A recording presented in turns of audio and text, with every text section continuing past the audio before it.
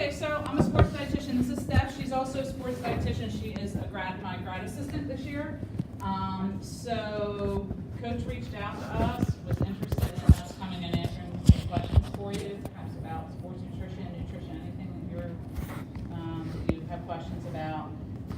Steph put together a really nice sheet that we're gonna send you off with. We're not gonna give it right now because of course you'll read it and won't listen to us. But you sent a lot of questions. So the first one is, how should I properly hydrate before and after a game? So stick to the water for the majority of the time. Now, if you're working out for over an hour is when you can start to use the sports drink. So after an hour, every 15 minutes, you need about 4 ounces of a sports drink, so Powerade, Gatorade, anything that you like. That way, you're replacing the carbohydrates that you're losing and the electrolytes that you're also losing from your sweat. Now, one particular question was, what about when it's hot outside? So if there are times when you are excessively sweating, or say you haven't fueled properly before practice, that might be a time to have a sports drink before that hour. So it just kind of depends. So if it's super hot and you are experiencing getting lightheaded, or you're tired, or your performance is lacking, you might have to reach for a sports drink a little bit before that hour mark.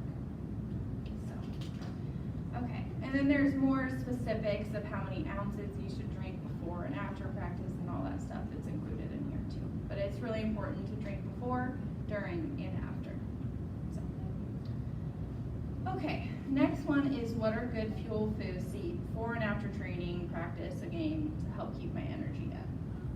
So before, you want to reach for carbohydrates. The reason why that is that's the main source of energy for our bodies, so you always want to have carbohydrates on hand. Ideally, 30 to 60 minutes before a practice would be good. If you want it completely out of your stomach, 2 hours before would be good, so you're not experiencing stomach upset or anything like that. As runners, it's really important. Also, you want to avoid stuff like fiber, protein, and fat before. Those are harder to digest than carbohydrates, so it could cause you to have an upset stomach before. So you kind of want to stick more to carbohydrates. So things that would be examples of those would be like bread, pretzels, granola bars, baked chips, things like that. Now, say it's early morning practice. There was another question about that. Should I eat before an early morning practice if I'm not hungry? Well, you can reach for something like a sports drink at that time if you're not hungry. The sports drink will still provide you with some carbohydrates to help fuel your practice, and it's better just to have something on hand just to help you with the performance. I'll just add there. So basically, if you do you have early morning runs? We've had a couple when it's been like 100 degrees. We'll meet at 6 a.m. So that probably won't be a regular thing for you? Sometimes Okay. on the weekends we might meet around 7, Okay. 7:30. Yeah, so is there anyone here who you just feel like you just can't eat before you run? You know, it has to be like way more than 2 or 3 hours. Is there anyone here who's pretty sensitive? Yeah. Yeah, so you want to do, again, to play around with that a little bit, something soft, easy to digest. So the sports drink is a good fallback, although we don't want people living on sports drinks, right?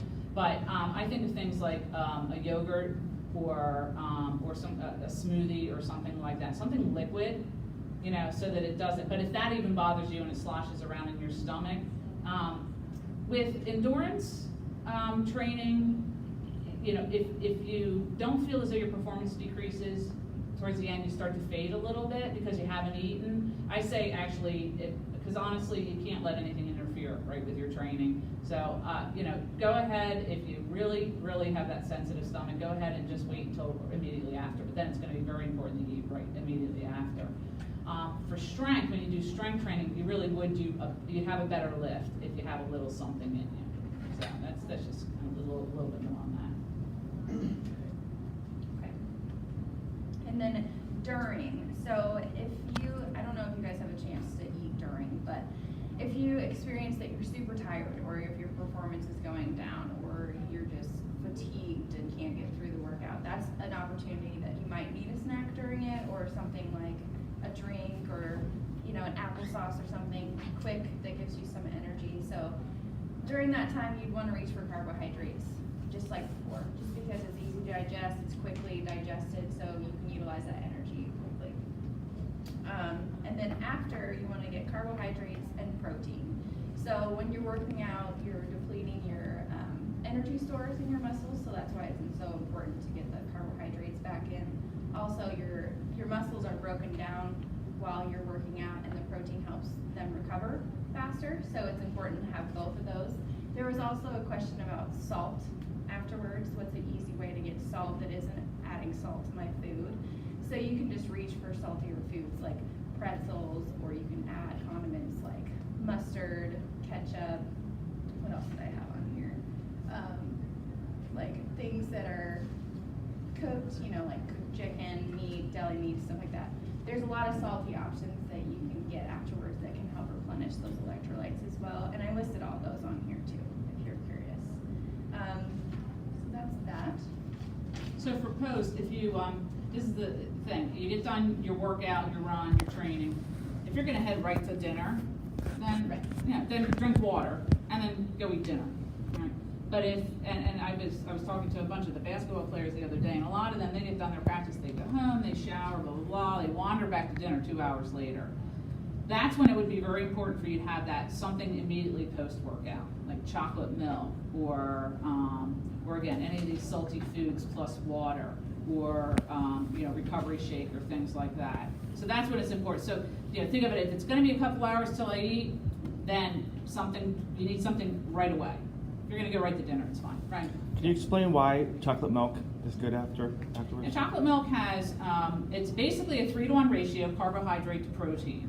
And as Steph just said, what you really need post-workout is hydration, carbs as quickly as possible to replenish, get you out of breakdown. You're in a breakdown phase, okay? You have to replenish the energy stores, which is called glycogen. Then you need the amino acids from the protein repair, the muscle damage that you've done in your run. So that's why chocolate milk is kind of this real easy, perfect, most people like it kind of option.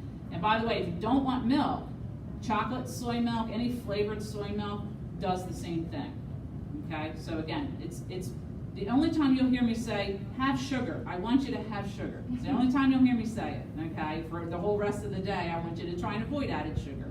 But that's why, because you want to get those carbs replenished, and you want to start repairing your protein.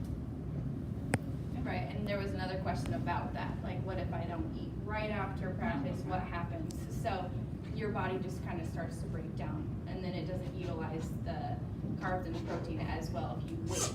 So it is really important to eat right after, especially if you have a sensitive stomach where you can't eat before. So eating after is definitely really important. And then how early before a meet should we be eating? And then there was also a question about, do we have to eat pasta before a meet? So that one goes in this question. So if the meet is in the afternoon or the evening, try to get a good meal consisting of carbs, protein, fat, and fruits and or vegetables about 3 to 4 hours before. That way it's out of your system, you're still getting fuel before your run, and then closer to the run, if your stomach isn't as sensitive, you can have like a little carbohydrate snack to give you that extra pep. Now say your meet is in the morning, and then you need to make sure to have a good dinner the night before. So this is kind of where the pasta comes into play. It's a good carbohydrate source, it's good for energy. But as long as you're getting a carbohydrate source, it doesn't have to be pasta. So it could be rice, bread, rolls, oatmeal, cereal, anything like that would be good. So I listed some examples of a good meal before a meet. And then same thing, just aim to get a little snack before, just to give you that extra energy. And you don't need to carb load. Carb loading is for events 2 hours plus. So that's not what you guys do competitively. Maybe you do in your off season, but that's not what you're doing now, right? None of your runs last more than 2 hours. So you don't need to carb load. So don't eat this exceptional amount of pasta, rice, potatoes the night before. But it's a good point that Steph made that basically you're eating a little heavier the night before, maybe a little later, because you're just trying to, again, the next morning you can't eat real heavy. So it's just, you're kind of just preloading kind of thing. But you don't have to carb load. Don't eat like some huge amount of it that you wouldn't normally do. Okay. And then I had a couple, I skipped. How do I know how to proportion my food? So on the very back, we're gonna include this, it's called the athlete plate. I really like it. It gives you, so this is just a moderate training day, so just like a normal practice day. Your plate is pretty much divided into 3 sections, so a third grains, a third veggies, and then a third of lean protein. But then if you go to the back, there's 3 different plates. So one's an easy training day, or say you kind of have an off day, say you're trying to lose weight too or something like that, that would be what you follow. There's more veggies in the plate. Then there's the moderate training, which is on the front. And then there's a hard training / race day one, which there's half your plate is coming from grains, so that carbohydrate source. So this is a really easy way to see how much you should be getting of what when you go out to eat. Because there was quite a few questions about what should my ratio be of carbs, protein, and veggies, and just about meals. So I would just follow this. This is a really good tool for you. Yeah, go ahead. You have a question? Yeah, if we're like, so you guys like a meal card, if we're going to like Wawa, is there like things, are there like sections that we should like stay away from? I laughed because we made a slideshow for the softball team last year. I literally had my students go in and take pictures of Wawa. I said, we'll get arrested for doing it. But anyways, we have a slideshow. But for Wawa, you can eat incredibly good out of a Wawa. You can eat incredibly bad out of a Wawa.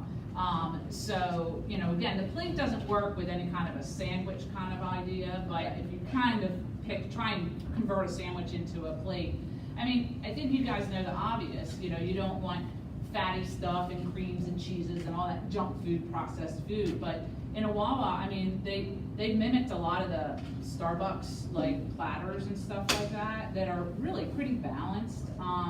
They just kind of mimic them, so that the reach-in fridge tends to be pretty good.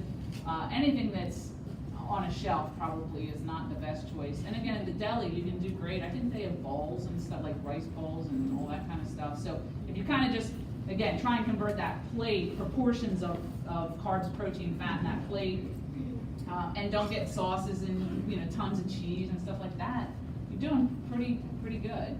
And speaking of, you mentioned about the meal card, I'll just throw this out. If any of you ever want to go on a cafeteria, if anyone who has a meal plan and uses Lawrence and all the other places on campus, we can take you on a grocery store tour, small groups, like 3 or 4 of you at a time. We can do grocery store, we can do cafeteria, and those kind of tours. So you just have to reach out to Steph or myself, and we can get a couple, with a small group if you want to do it. We can just kind of take you through and say, yes, no, maybe, more of this, less of that type of a thing. Okay? So anytime you want. Any other questions at all? Okay. The next one was, what are the best foods to eat to alleviate soreness? And then there was a couple of other questions that were very similar to this as well. So you want to make sure and drink plenty of water. Stay hydrated. You want to flush out that lactic acid that might be building up. Also, carbohydrates, like Dr. Kermit was saying, once you're done working out, your energy stores are depleted. So to fill that carbohydrate back in, it helps with inflammation, which can help decrease soreness as well. And then also eating fruits and vegetables, stuff with a high antioxidant count, can help with inflammation as well. So some examples would be like berries, cherries, cherry juice concentrate are good for fighting inflammation. So it won't completely get rid of soreness, but it'll help. Yeah, I have to give my tart cherry juice pitch. Yeah. So tart cherry juice, you want to get the concentrate, because if not, you have to drink way too much tart cherry juice, and it's tart. You can get it in grocery stores, get it on Amazon, you can get it anywhere. So tart cherry juice, there's been lots of studies done on it, and they have found that it has the same anti-inflammatory effect and reduced delayed onset muscle soreness, DOMS, which again, you guys, I'm sure you get a lot. Better than ibuprofen, and it's obviously not a drug. And I'm a big proponent of it because it actually is a whole food. It's a concentrate, a juice of a fruit, but it's you only have to have like 1.5 ounces. You might want to cut it with some cranberry juice or something else because it's really tart, or just chug it and then chase it with water. But you do it daily. Yeah, that's what I do. Just do it daily. Honestly, it's it's probably one of the most effective anti-inflammatory, again, muscle soreness relievers there are out there. Just take it on a daily basis, so don't wait until you're sore, actually take it every day. It's probably one of the most powerful. I mean, you're gonna pay a lot for pomegranate juice and all that kind of stuff. Tart cherry juice is completely affordable, and there's been a lot of research done on it. So I'm a huge proponent of it. Okay, there was a couple questions on coffee and caffeine prior to working out. So I have there's a bunch of like numbers and specific and sources under this question, so you can research it more yourself. But it can be beneficial for performance when drink 30 to 60 minutes before training. And then how much just depends on who you are and how much you weigh and all that stuff, and that's all right here. But just a couple disclaimers. So if you're not used to drinking caffeine, you just need to be a little bit careful because it can cause stomach upset, which that's the last thing you want. And then if you are like a habitual coffee drinker, drinks it every day all the time, you're probably not going to experience the benefits like somebody else that caffeine is kind of new to their system. And then also, just be careful not to drink it too close to bedtime or in the afternoon because it might affect your sleep. You don't want to mess with your sleep. So. And don't do energy drinks. Right, no energy. Energy drinks have all kinds of unregulated junk in there that you're paying for. Honestly, I'd rather you take a caffeine tab. If you know exactly based on your body weight, okay, I'm supposed to take, and steps it, 2 to 3 milligrams of caffeine for every kilogram of body weight. It's on there. You can do your calculation later. But it ends up being about 200 milligrams for most people. That's a grande Starbucks. Okay, so the point about that is I'd rather you have a coffee. You have to have 3 times as much iced tea for it to be equivalent. Or I honestly would rather you take, if you know exactly what you're supposed to have, a caffeine pill, just a plain with nothing else in it, than those really dangerous drinks, energy drinks. Okay. And then there was 3 different protein questions, so I just kind of made a section for protein. So the first one was, should I use protein powders? So just kind of a disclaimer, protein powders are never going to be as good as actual food, like animal sources of protein, so like chicken, beef, eggs, turkey, pork, and fish. Those are going to be the most bioavailable sources of protein, which means that your body can utilize that protein pretty much fully compared to something like a protein powder. That being said, whey protein powders are going to be the best protein powders because the whey protein itself is also the most bioavailable of the protein that can be in protein powders. They're good kind of in a pinch, but you don't want to become dependent on them. Same with bars. You don't want to be living off of protein bars and protein shakes. Like I said, the food itself is the best source. Also, the protein powders and any type of supplement that you're going to take, which I have more supplement questions later on, and I'll cover it again, are not regulated by the FDA. So what the label says could be true, it could be completely false too. So it's really important for you to check with either me or Dr. Karpinski to make sure what you are going to take is safe. There's third-party testing that can be done on the product to say what's in it is actually in it. And there are things like NSF or informed choice, or it's called the USP seal. That's something like you would want to look for on your products to make sure it's safe. But we can look it up, and you should probably look it up or have us look it up just to be safe. Because say you were to get drug tested, there could be a BM substance in there that you have no idea is in there because it doesn't say it on the label. So that's that. And then how much protein should I eat throughout the day? So the range varies, and it depends on the individual, the sport that you're doing, the intensity, time of year, your goals, if you want to lose weight, gain weight, if you want to gain muscle, lose muscle. There's a range that I put in here and an example to figure it out, but the best way would be to talk to one of us about how much protein you would need per day. And then what are good sources of protein that aren't meat? So animal products are always going to be the best protein source just because they have what are called the essential amino acids. They have all of them in one thing. Like you are going to get it's called a complete protein when you eat meat, eggs, turkey, things like that. But if you are a vegan, vegetarian, or you have like an aversion towards meat, there are good sources that you can reach for. So rice and beans make a complete protein, so it's as if like you're eating a piece of chicken. And then there's also nuts, nut butters, soy products such as like tofu, fish, eggs if you're not a vegan, and then also dairy, so like cottage cheese, Greek yogurt, cheese, milk, and then the supplements, so protein powders and protein bars would be good sources as well. So soy is a complete protein. It's one of the few plant sources that are complete protein. The thing is, it's not, as Steph keeps saying, it's not as bioavailable. It's not as well utilized by your body as animal protein would be. But if there are any people who are vegetarians out there, or vegans, you know, you can get plenty of protein. You just have to be much more particular and careful about what you're doing. But of all the plant proteins out there, soy is the best because it does contain all those essential amino acids in a serving. So, you know, again, if anyone is considering becoming a vegetarian or vegan, just touch base with us, and we'll help you make sure that you're getting enough of what you need. And then the next question was, how many calories should a runner consume in a day?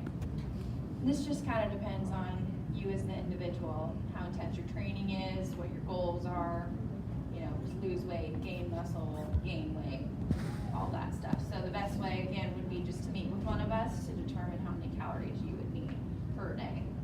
And for that, actually, you can just email us, and we'll just Right. ask you some questions. I mean, you don't have to if you don't want to meet with us. But all these things that we're offering to you, honestly, we really do mean. Email us. We could just ask you some specific questions about your training, your height, weight, and we do a calculation for you, and we tell you calories, grams of carbs, protein, and fat. It's not the full picture, but it at least gives you a little bit of a start. And there was a question about if I consume as many calories as I'm burning every day, is that okay? If your goal is to maintain weight, that's perfect. To eat as many as you're burning, that's the definition of maintenance. Now, if your goals are to lose or gain weight, then it would be different. You need to eat more.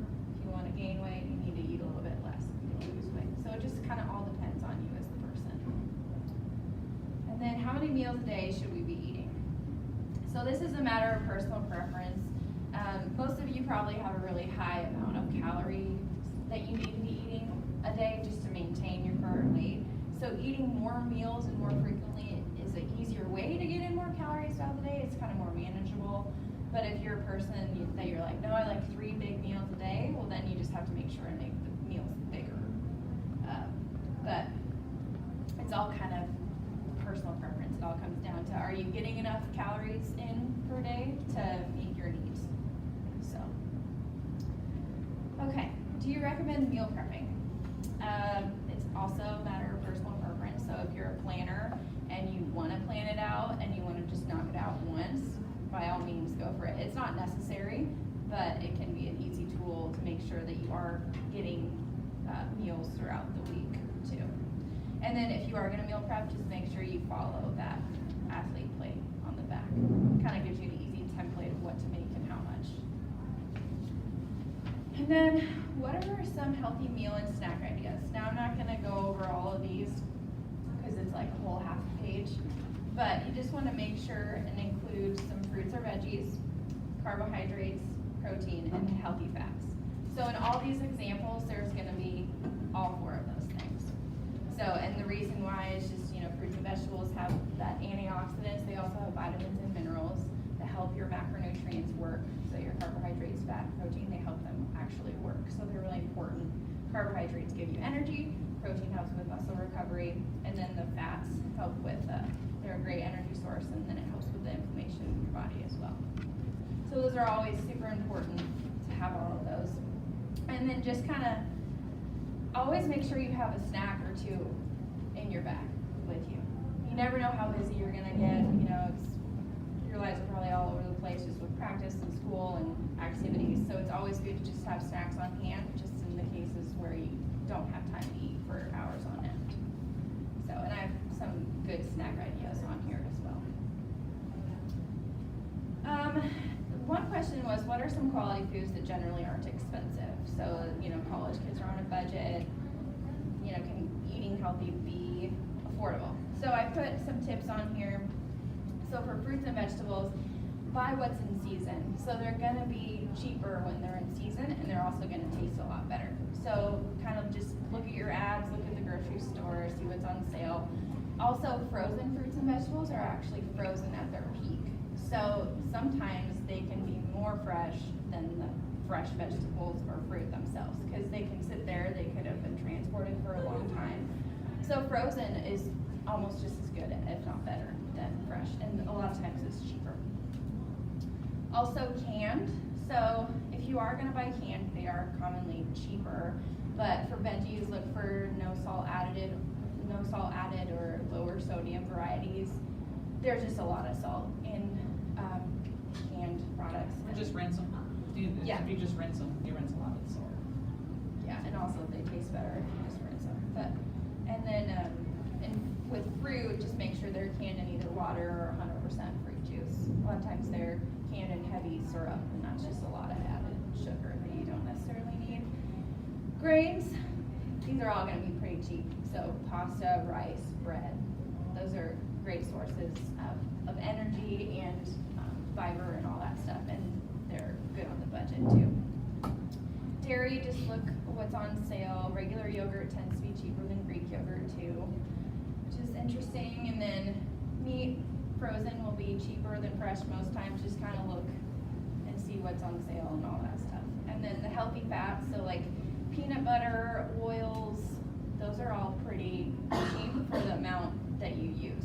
So that's an easy way to get in healthy food at cheap cost. And this actually ties into the meal prep question, because the reality is, anytime you get anything that's half prepared, it's gonna be more expensive. So the short answer to this question is all whole food, single ingredient type things. So again, instead of getting a frozen bag of, a quinoa with chicken and vegetables all together, you're paying for that packaging, you're paying for them having done it and put it together.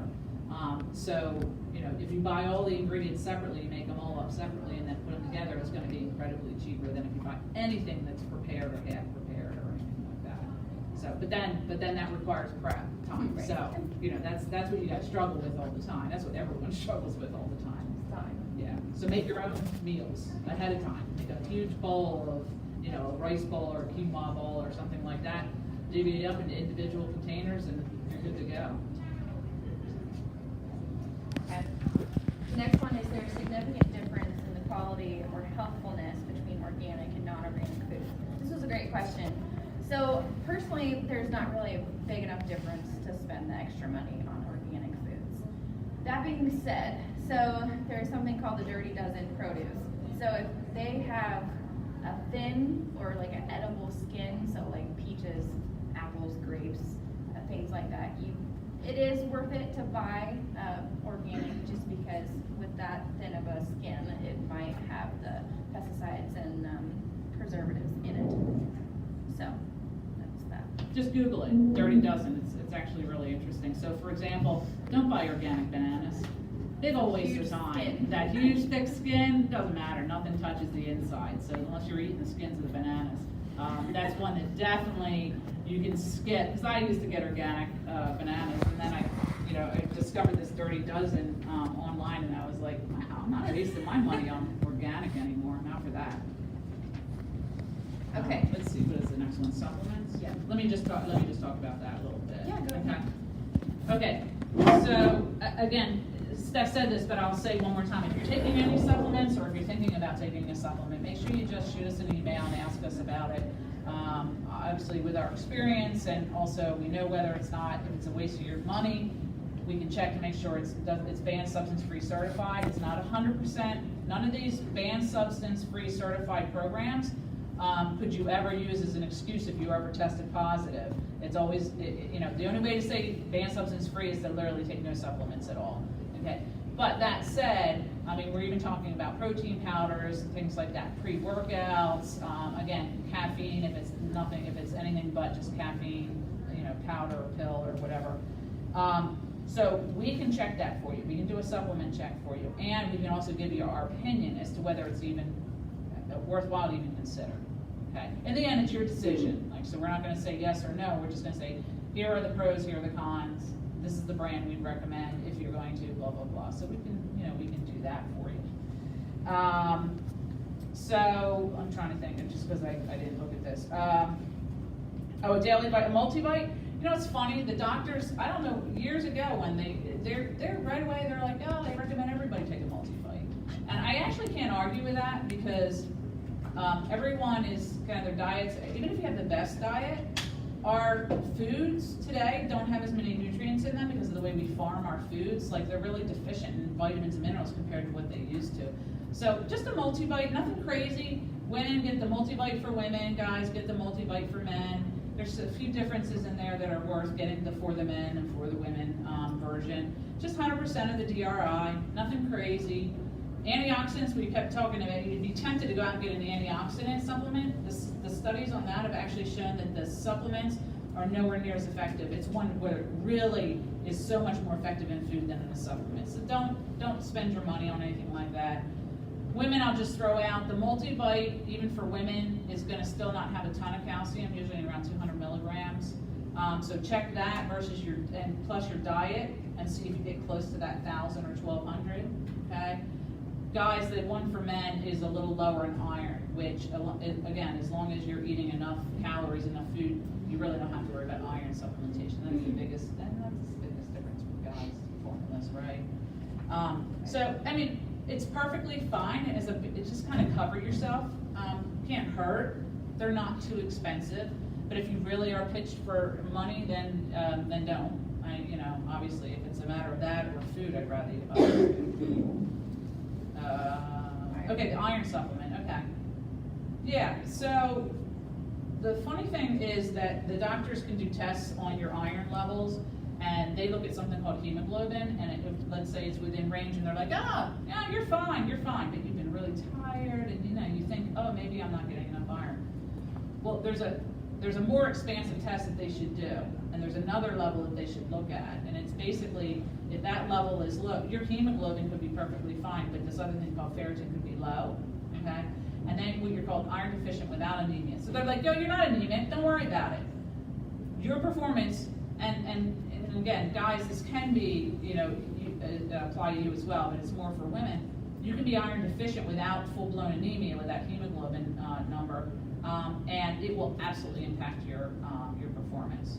So I guess what I would suggest to you is when you go to get a physical, your doctor, make sure that they're doing not just hemoglobin and hematocrit, they're doing a full iron level. Tell them that you're a cross-country runner.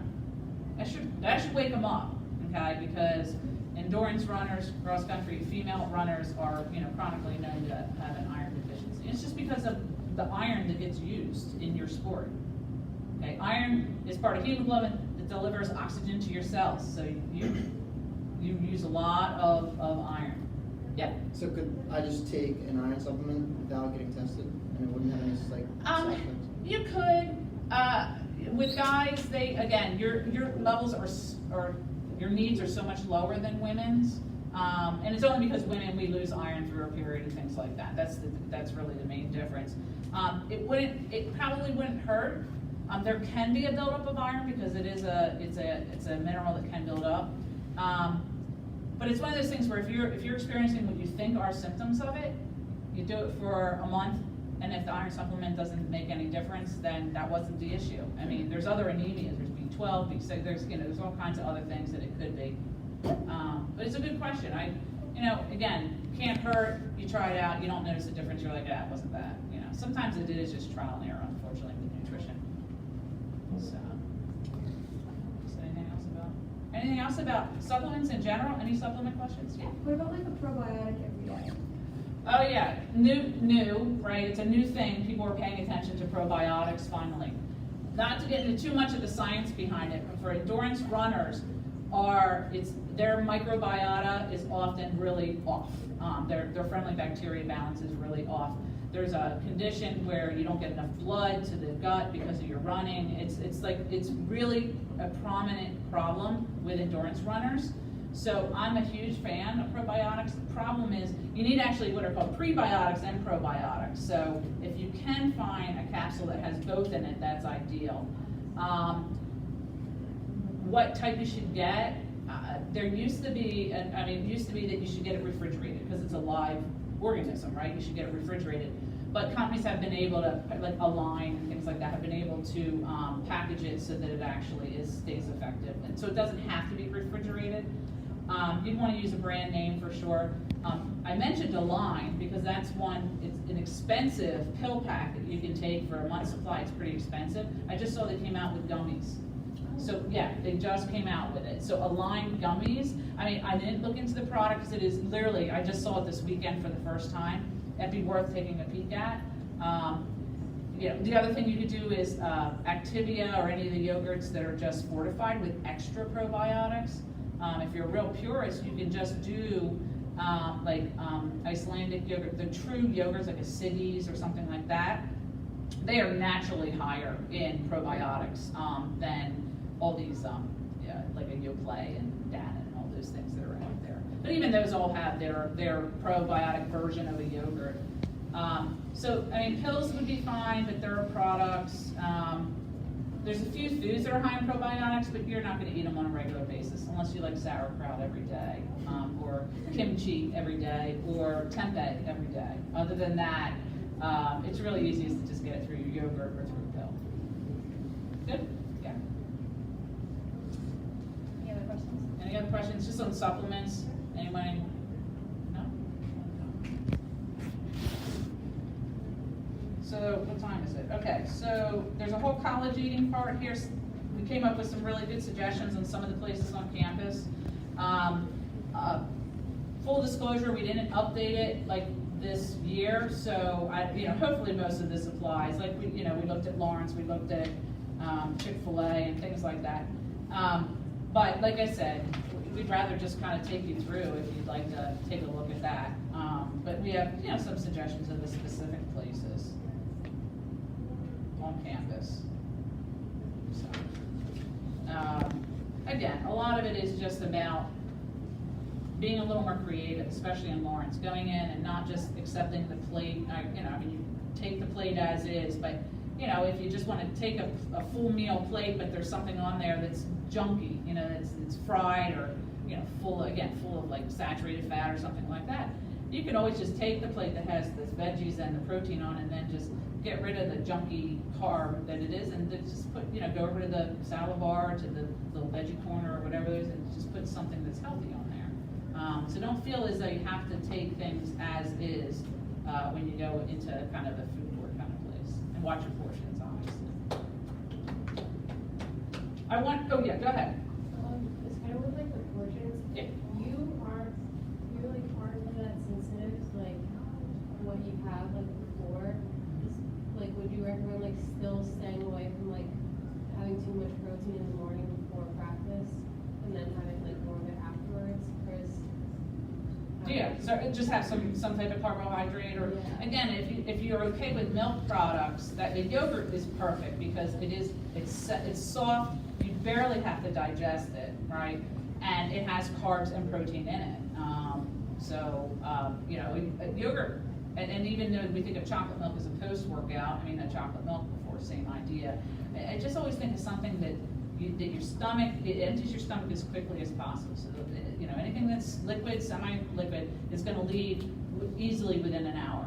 Anything else that's roughage or solid food, it could take longer than that to even leave your stomach. So or again, maybe you can come up with a smoothie, a smoothie of some type. You can even make it the night before and just have it in the fridge and just reshake it up the next day. So I always think kind of liquid, semi-liquid type things. I like out with like eggs in the morning. Is that? Yeah, it's okay. It's just not giving you the carbs. See it'll still trigger your liver to release some glucose into your blood, which is good. It raises your blood sugar and you'll feel better. But it's actually not providing, now your liver's empty of carbs, right? So it really is better to have carbs.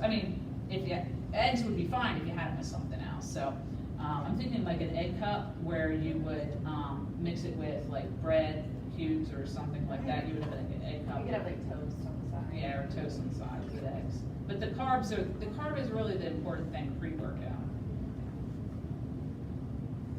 just wanted to finish with just one topic, and it's about energy availability. And I always talk to cross country and track about this only because you're the population that really has is probably at one of the highest risks for low energy availability. Now, as I say that, don't think I'm accusing anyone of having an eating disorder or disordered eating, because it can be certainly a reason why someone doesn't eat enough calories, because that's all I'm talking about, not eating enough calories to support what you need for the day. That's low energy availability. So it could be eating disorder, disordered eating, or it could be the fact that you just have no idea how many calories you should be eating, and you're just instinctively eating what you're comfortable with, and it's just not enough. It could be because your schedule is crazy, and again, the only solution to that is to plan ahead and be prepared. But I just want to mention, you could have low energy availability for a pretty long time, and your performance, and you're like, well, no, I'm eating, I must be eating plenty of calories because my performance isn't going down. The key to that is, what happens is your training demands always take precedent over all these other things, the functions of your body.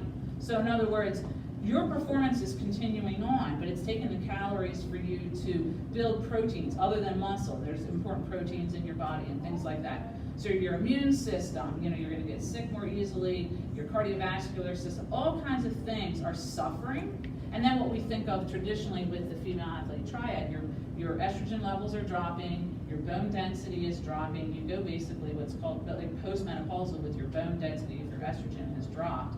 So you're losing bone, you're more susceptible to stress fractures. Again, with estrogen levels down, I say this because it really is true. I don't mean to scare anyone, but studies have shown that women during this primary time of you with fertility, if someone is low energy available and they have low estrogen levels during their teens and their early 20s, their chances of them getting pregnant later on are really diminished. Okay, so again, short term, it's just it's something that long term could have implications. And then I had to switch to the guys because actually there's the same version of it for guys where your testosterone levels are dropping, and that has to do with your bone density, and then you're more susceptible to stress fractures and so on, and losing lean body mass and all that. So there's a study done on cross-country men, and they exhibited the same exact signs of low energy availability as women. So the guys are not immune to it. Okay, so the bottom line I'm trying to say is, if you feel as though, again, your performance is going down, you probably have been low energy available for a long time, and you need to really turn things around. Okay, so again, we are more than happy to do a calculation for you so you at least know, oh wait, I'm supposed to eat 2,800 calories a day. Oh, I'm eating 1,800.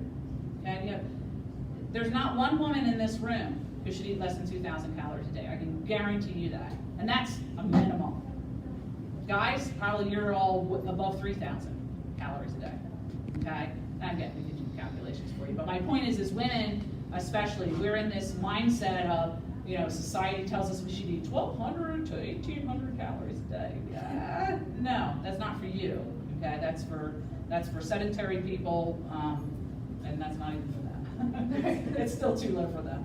So I do like to bring that up, just because it really is a very serious problem. Again, more importantly, because it has long-term implications. So make sure you're eating enough. You got to fuel your body. Food is the gas in your tank. Think of it that way. All right. Any other questions? Now for a quiet group. Okay. All right. Well, like I said, we're here. Reach out to us. We have this. I'll pass.